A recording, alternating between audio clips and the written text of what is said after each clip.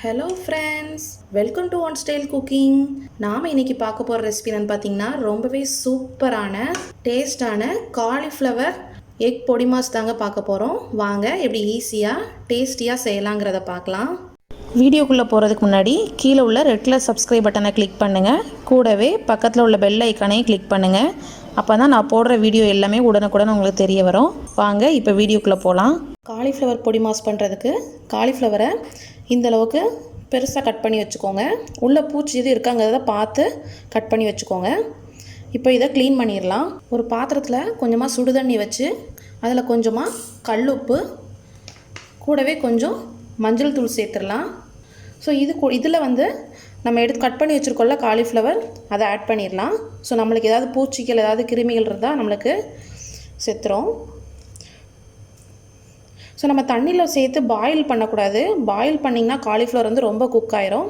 So இந்த மாதிரி உங்களுக்கு சுடுதண்ணியில் வச்சு நீங்கள் ஒரு 5 நிமிஷம் ஊற வச்சிங்கன்னா உங்களுக்கு கரெக்டான ஸ்டேஜுக்கு வந்துடும். ஸோ இது ஒரு 5 மினிட்ஸ் ஊறட்டும். ஸோ இப்போ பாருங்கள் 5 மினிட்ஸ் ஆகிடுச்சு. ஸோ இப்போ அந்த தண்ணியெல்லாம் வடிகட்டி நல்லா க்ளீன் பண்ணி எடுத்து வச்சிடலாம். கேரட் துருவலில் இந்த மாதிரி பெரிய ஹோல் இருக்குல்ல, ஸோ அந்த மாதிரி ஹோலில் வச்சு இந்த மாதிரி நம்ம எடுத்து வச்சுருந்த காலிஃப்ளவரை இந்த மாதிரி கிரேட் பண்ணிக்கோங்க. ஸோ உங்களுக்கு கேரட் துருவல் இல்லைன்னா கூட நீங்கள் ஃபைனாக கத்தியால் கூட நீங்கள் கட் பண்ணி எடுத்துக்கலாம். ஸோ பாருங்கள் காலிஃப்ளவரை இந்தளவுக்கு நல்லா ஃபைனாக துருவி வச்சாச்சு. இப்போ நம்ம பொடி மாஸ் செய்ய ஆரம்பிச்சிடலாம். இப்போ ஒரு கடாய் சூடானதும் அதில் ஒரு 3 டீஸ்பூன் போல் ஆயில் சேர்த்துக்கலாம். ஆயில் நல்லா சூடானதும் கொஞ்சமாக கடுகு பொரியும் போது 1/2 டீஸ்பூன் போல் ஜீரகம் சேர்த்துடலாம். இது கூடவே ஒரு பெரிய வெங்காயத்தை சின்னதாக கட் பண்ணி வச்சுருக்கேன். ஒரு பெரிய வெங்காயம் சேர்த்துருக்கு. கூடவே 2 பச்சை மிளகா, காரத்துக்கு பச்சை மிளகா சேர்த்தா தான் நல்லாயிருக்கும். அப்புறம் கொஞ்சம் கருவேப்பிலை. ஸோ இதெல்லாம் சேர்த்து நல்லா வதக்கிக்கோங்க.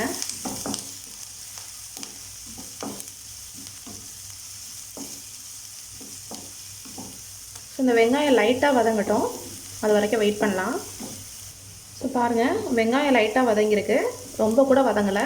ஸோ இந்த ஸ்டேஜில் நம்ம துருவி வச்சுருக்கோம்ல காலிஃப்ளவர், அதை ஆட் பண்ணிடலாம்.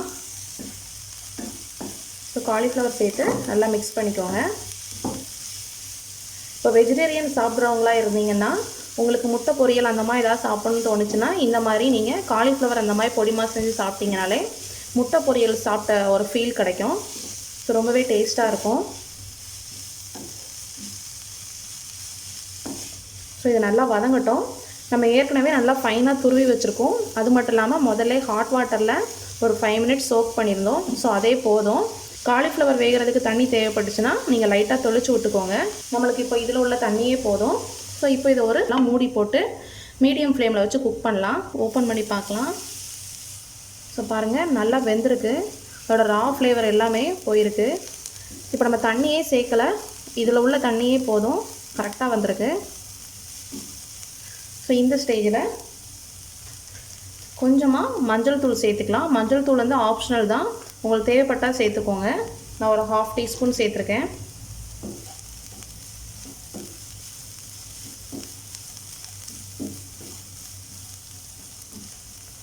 இப்போது இந்த காலிஃப்ளவரை சைடில் ஒதுக்கி வச்சுட்டு சென்டரில் 2 முட்டையை உடச்சி ஊற்றிக்கலாம். இந்த காலிஃப்ளவர் அப்புறம் இந்த எக்குக்கு தேவையான அளவு உப்பு சேர்த்துடலாம். ஸோ ஃபஸ்ட்டு இந்த எக்கை மட்டும் நல்லா மிக்ஸ் பண்ணிக்கோங்க.